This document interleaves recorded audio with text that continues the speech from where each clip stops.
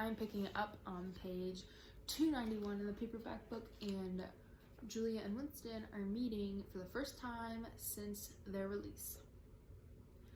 There was no telescreen, but there must be hidden microphones. Besides, they could be seen. It did not matter. Nothing mattered. They could have laid down on the ground and done that if they had wanted to. His flesh froze with horror at the thought of it. She made no response whatever to the clasp of his arm. She did not even try to disengage herself. He knew now what had changed in her. Her face was sallower, and there was a long scar, partly hidden by the hair across her forehead and temple. But that was not the change. It was that her waist had grown thicker, and in a surprising way had stiffened. He remembered how once, after the explosion of a rocket bomb, he had helped to drag a corpse out of some ruins, and he had been astonished not only by the incredible weight of the thing, but by its rigidity and awkwardness to handle, which made it seem more like stone than flesh. Her body felt like fat. It occurred to him that the texture of her skin would be different from what it had once been. Why would the texture of her skin be different? Well, if she'd been tortured, then she would have a lot of scars, so she'd have her skin would be like all calloused up probably, so she would even feel different to him. He did not attempt to kiss her, nor did they speak. As they walked back across the grass, she looked directly at him for the first time. It was only a momentary glance full of contempt and dislike. He wondered whether it was a dislike that came partly out of the past, or whether it was inspired also by his bloated face and the water that the wind kept squeezing from his eyes. They sat down on 2 iron chairs side by side, but not too close together. He saw that she was about to speak. She moved her clumsy shoe a few centimeters and deliberately crushed a twig. Her feet seemed to grow broader, he noticed. "I betrayed you," she said baldly. "I betrayed you," he said. She gave him another quick look of dislike.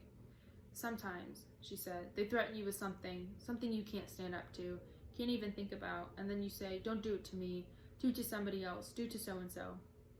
And perhaps you might pretend afterwards that it was only a trick, and that you just said it to make them stop, and didn't really mean it. But that isn't true. At the time when it happens, you do mean it. You think there's no other way of saving yourself, and you're quite ready to save yourself that way. You want it to happen to the other person.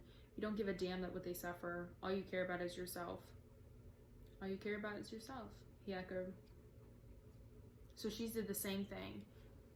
She just kind of admitted it, that she, during her torture, during her time, most likely in room 101, that she gave up Winston and said, "Do it to him.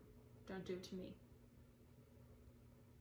And after that, you don't feel the same toward the other person any longer. Ooh, could that be on purpose? Does the party do that on purpose to break all ties? Romantic, any emotional ties to the person? "No," he said, "you don't feel the same." There did not seem to be anything more to say. The wind plastered their thin overalls against their bodies. Almost at once it became embarrassing to sit there in silence. Besides, it was too cold to keep still. She said something about catching her tube and stood up again. "We must meet again," he said. "Yes," she said, "we must meet again." He followed irresolutely for a little distance, half a pace behind her. They did not speak again. She did not actually try to shake him off, but walked at just a speed as to prevent his keeping abreast of her. He had made up his mind that he would accompany her as far as the tube station, but suddenly the process of trailing along in the cold seemed pointless and unbearable. He was overwhelmed by a desire not so much to get away from Julia as to get back to the Chestnut Tree Cafe, which had never seemed so attractive at this moment. He had a nostalgic vision at his corner table with the newspaper and the chessboard and the ever-flowing gin. Above all, it would be warm in there. The next moment, not altogether by accident, he allowed himself to be separated from her by the small knot of people. He made a half-hearted attempt to catch up, then slowed down, turned, and made off in the opposite direction. When he had gone 50 meters, he looked back. The street was not crowded, but already he could not distinguish her. Any one of a dozen hurrying figures might have been her. Perhaps her thick and stiffened body was no longer recognizable from behind.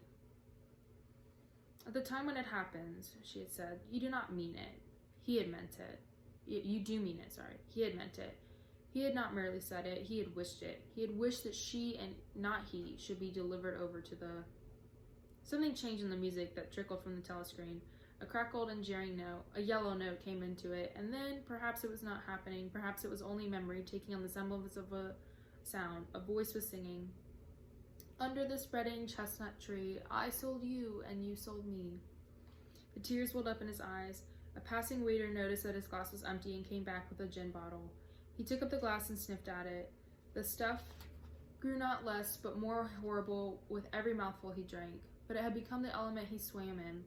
It was his life, his death, and his resurrection. It was gin that sank him into stupor every night, and gin that revived him every morning. When he woke, seldom before 1100, with gum-up eyes and fiery mouth and a back that seemed to be broken, it would have been impossible even to rise from the horizontal if it had not been for the bottle and teacup placed beside the bed overnight. Through the midday hours he had sat with glazed face, the bottle handy, listening to the telescreen. From 15 to closing time he was a fixture in the chestnut tree. No one cared what he did any longer. No whistle woke him. No telescreen admonished him.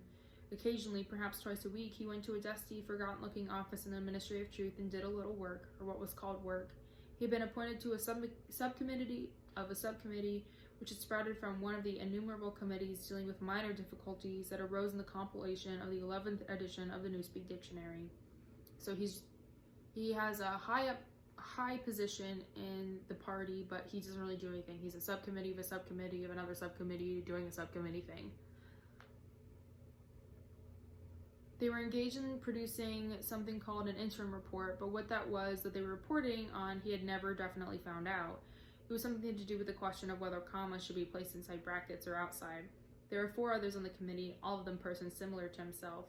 There were days when they assembled and then promptly dispersed again, frankly admitting to one another that there were not really anything to be done. But there were other days when they settled down to their work almost eagerly, making a tremendous show of entering up their minutes and drafting long memoranda which were never finished. And the argument as to what they were supposedly arguing about grew extraordinarily involved and obtrusive, with subtle hagglings over definitions, enormous digressions, quarrels, threats, even to appeal to higher authority. And then suddenly, the life would go out with them, and they would sit round the table looking at one another with extinct eyes, like ghosts fading at cockcrow. So he says that the people are in his committee are kind of like himself. So we, as readers, might take that to mean that these are all people who were once criminals from the thought police, and they were all in one committee together, because he says that they're like himself. And they just kind of sit around and they don't really do anything, and honestly none of them are really sure what they're supposed to be doing. It kind of makes your work a little bit difficult. And he says some days they gather together and they just immediately disperse because they have no idea what's happening. And some days they gather together and they have a lot of work to do, and they get it and they try to get stuff done, but they never finish anything. Because they're not really doing anything, right? The only reason why they're there is because they're going to be killed later by the thought police.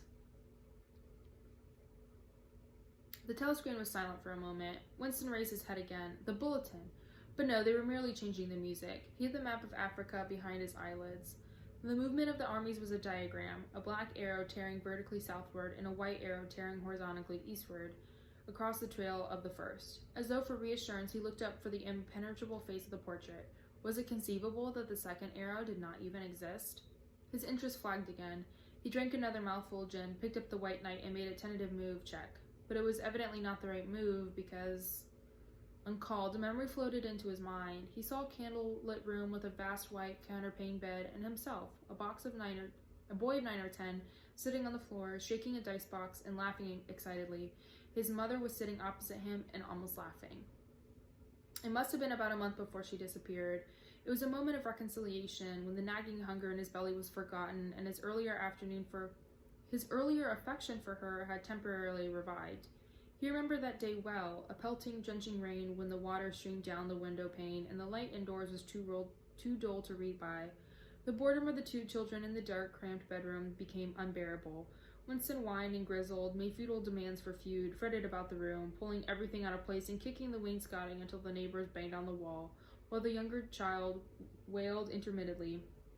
In the end, his mother had said, "Now be good and I'll buy you a toy, a lovely toy, you'll love it." And then she had gone out in the rain to a little general shop which was still sporadically open nearby and came back with a cardboard box containing an outfit of snakes and ladders. He could still remember the smell of the damp cardboard. It was a miserable outfit. The board was cracked and the tiny wood dice were so ill-cut that they could hardly lie on their sides.